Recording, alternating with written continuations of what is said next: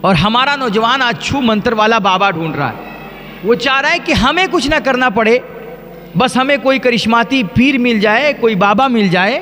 اور وہ ہمیں ایک تعویذ دے دے یا ایک پھونک مارے, ہماری زندگی کی ساری کایا پلٹ جائے. لیکن بھائی یہ زندگی عمل سے بنتی ہے. میں یہ نہیں کہتا کہ دعا تعویذ کا اثر نہیں ہوتا ہے,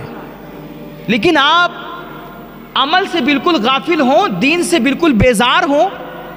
اور روزہ نماز سے اتنے دور ہوں کہ جیسے آپ کو اللہ رسول کی بھی ضرورت نہیں ہے. کتنے ایسے مسلمانوں کو ہم دیکھتے ہیں کہ یار ہفتے ہفتے جمعہ کے دن بھی ان کو مسجدوں میں آنا نصیب نہیں ہوتا ہے. وہ ہوٹلوں پہ چوراہوں پہ بیٹھ کر کے بیڑیاں پھونکتے رہیں گے, ان کی لگائی بجھائی کرتے رہیں گے, دنیا بھر کا کام کریں گے. لیکن اگر ان کو 2 رکعت نماز پڑھنے کے لیے کوئی مسجد میں بلا لے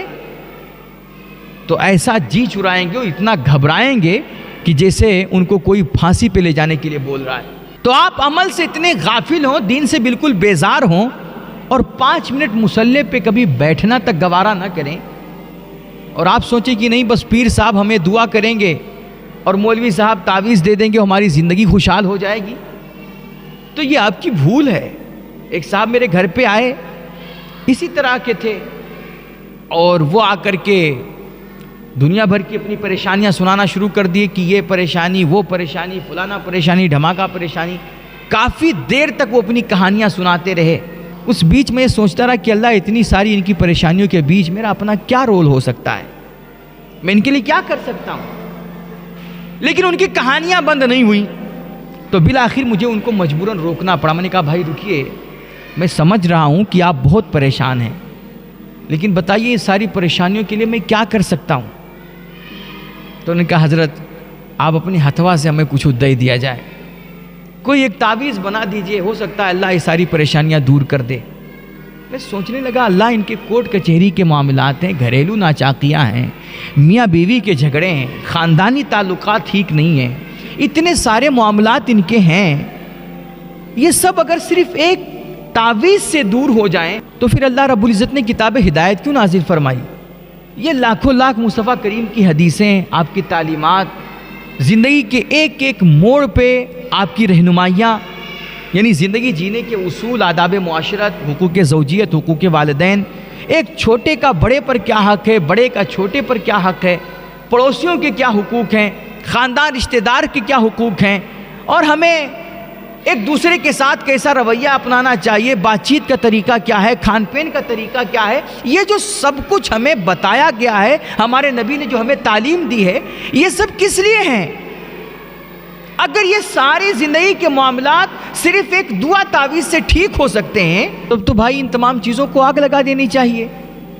مطلب یہ کہ آپ کے منہ میں جس کو جو آئے آپ بک دو, آپ گالیاں بولو, بیوی کے منہ پہ تماچے لگاؤ, ماں باپ کا خیال نہ کرو,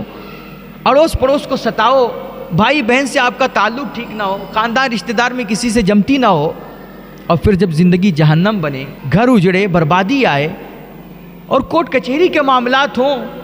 تب کہو کہ نہیں حضرت آپ ایک تعویذ بنا دیجئے. ہم نے ان سے کہا کہ بھائی اتنی ساری پریشانیاں ہیں, ٹھیک ہے کوئی بات نہیں ہے,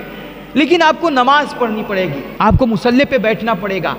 اور میں نے ان کو ایک چھوٹی سی تسبیح لکھ کر کے دی کہ آپ یہ تسبیح پڑھتے رہیے, اسی بہانے آپ کی زبان پہ اللہ رسول کا نام رہے گا, اور آپ نماز پڑھیے, انشاءاللہ آپ کے معاملات ٹھیک ہو جائیں گے. تو بیچارے کہنے لگے حضرت اس کا مطلب آپ بہانہ کریں, آپ کچھ کرنا نہیں چاہ رہے ہیں. میں نے کہا سبحان اللہ, کرنا میں نہیں چاہ رہا ہوں کہ کرنا آپ نہیں چاہ رہے ہیں. میں آپ کو نماز کی دعوت دے رہا ہوں, میں آپ کو مصلی تک لانا چاہ رہا ہوں, اور میں آپ کا تعلق اس ذات سے جوڑنا چاہ رہا ہوں جو سارے مشکلات کو حل کرنے والی اور سارے غموں کو کافور کرنے والی ہے, اور آپ کہہ رہے ہیں کہ نہیں آپ کچھ کرنا ہی نہیں چاہ رہے. تو یہ ہمارے لوگوں کی سوچ ہے کہ ہمیں کچھ نہ کرنا پڑے, حتیٰ کہ نماز روزہ بھی نہ کرنا پڑے, اور کوئی کرشماتی بابا ملے جو ایک پھونک مار کر کے ہماری زندگی کو خوشحال بنا دے. تو آپ زندگی بھر ایسے باباؤں کو ڈھونڈتے رہیں گے, اور میں کہتا ہوں جتنا بھی دم درود کراؤ گے آپ ذہنی مریض تو ہو جاؤ گے, لیکن آپ کی زندگی میں کبھی سکون نہیں آئے گا. یہ زندگی اگر خوشحال بنانی ہے تو آپ کو عمل کی طرف آنا پڑے گا, آپ کو اپنے رویے ٹھیک کرنے پڑیں گے, آپ کو اپنے اخلاق بہتر بنانے پڑیں گے. یہ جو آج ہم لوگوں کی عام طور پہ پریشانیاں ہیں, گھر میں برکت نہیں ہو رہی ہے، بیماریوں نے گھیر رکھا ہے اور نحوستیں ہیں دنیا بھر کی، صبح شام میاں بیوی کی ٹھنی رہتی ہے، ساس بہو کی نہیں بنتی ہے، یہ سب ہم لوگ سمجھتے ہیں کہ بیوی نے لا کر کے تعویذ ڈال دیا ہے، بہو نے کچھ کرا دیا ہے۔ یہ ہم لوگ باباؤں مولویوں کے پاس جا کر کے نا ذہنی طور پہ جو مریض ہو گئے ہیں، یہ اسی مرض کا نتیجہ کہ ہمیں ہر چیز میں دعا تعویذ نظر آتی ہے، ہر چیز میں جادو ٹونا نظر آتا ہے۔ بھائی آپ ایک نسخہ میرے نبی نے بتایا ہے، یہ آپ کی جتنی بھی پریشانیاں ہیں، چاہے برکت نہ ہو رہی ہو، چاہے رزق کی تنگی ہو، یا جو گھریلو ناچاکیاں ہیں، بیوی بچوں کے جھگڑے ہیں، ان تمام چیزوں سے اگر آپ پریشان ہیں، ان سب کا ایک حل میرے نبی نے بتایا ہے، اور بہت آسان حل۔ حضور فرماتے ہیں تم صلہ رحمی کیا کرو۔ صلہ رحمی کا مطلب کہ جو آپ کے خاندان رشتہ دار کے لوگ ہیں، جو آپ کے دوست احباب ہیں، یا آپ کے گھر کے آپ کے بھائی بہن ہیں، بیوی بچے ہیں، ماں باپ ہیں، ان سب سے تم اپنے تعلقات بہتر بناؤ، تم رشتہ داریاں نبھاؤ۔ یہ نہیں کہ وہ فون نہیں کرتا تو ہم کیوں کریں، وہ کبھی ہم سے بات نہیں کرتا تو ہم ہی کیوں کریں، نہیں بھائی، وہ نہیں کرتا نہ کرے، آپ خود فون کر لیا کرو، آپ اپنے رویے اچھے کر دو اور آپ رشتہ داریاں نبھانا شروع کر دو، سب کو ملا کر کے لے کر کے چلو۔ میرے نبی فرماتے ہیں تم اگر صلہ رحمی کرو گے تو ایک صلہ رحمی کا فائدہ تمہیں تین حاصل ہوگا۔ فرماتے ہیں جو بندہ صلہ رحمی کرتا اس کا سب سے پہلا فائدہ یہ ہوتا ہے کہ اللہ اس کے رزق میں برکتیں ڈال دیا کرتا ہے، پھر وہ 10 روپیہ کماتا ہے لیکن بہت ٹھاٹ سے رہتا ہے، اور جہاں دوسروں کا کام 1000 میں ہوتا ہے نا، اس بندے کا کام 100 روپے میں ہو جایا کرتا ہے۔ تمہارے رزق میں اللہ برکت ڈالے گا، اور اگر تم صلہ رحمی کرو گے تو اس کا دوسرا فائدہ یہ ہوگا کہ اللہ تمہاری عمر بڑھا دے گا، تمہاری زندگی میں برکت ڈال دے گا۔ زندگی میں برکت کا مطلب، عمر بڑھانے کا مطلب کیا؟ کہ آپ بیماریوں سے محفوظ ہو جائیں گے، آپ کی صحت ٹھیک رہے گی۔ یہ جو ہر مہینے آپ کا 4000 5000 یوں ہی ڈاکٹروں کے پاس چلا جاتا ہے، پھر یہ آپ کے گھر میں رہے گا، اور جب آپ کی صحت ٹھیک رہے گی، بیماریوں سے محفوظ رہیں گے، تو آپ کو اللہ زندگی بھی لمبی عطا فرمائے گا انشاءاللہ۔ تو صلہ رحمی کا دوسرا فائدہ کیا؟ کہ آپ کی عمر بڑھے گی، آپ کی زندگی میں برکت ہوگی، اور تیسرا فائدہ اللہ رب العزت آپ کے گھر خاندان کے لوگوں میں جو افراد ہوں گے فیملی کے، ان کے دلوں میں محبتیں پیدا فرما دے گا، اور سب انشاءاللہ بہت پیار اور محبت کے ساتھ بڑی خوشحالی کی زندگی بسر کریں گے۔ ظاہر سی بات ہے جب محبت ہوگی تو جھگڑے نہیں ہوں گے، یہ صبح شام ساس بہو کی ٹھہرے گی نہیں، پھر آپ ذہنی الجھن سے محفوظ رہیں گے تو آپ کو سکون ملے گا۔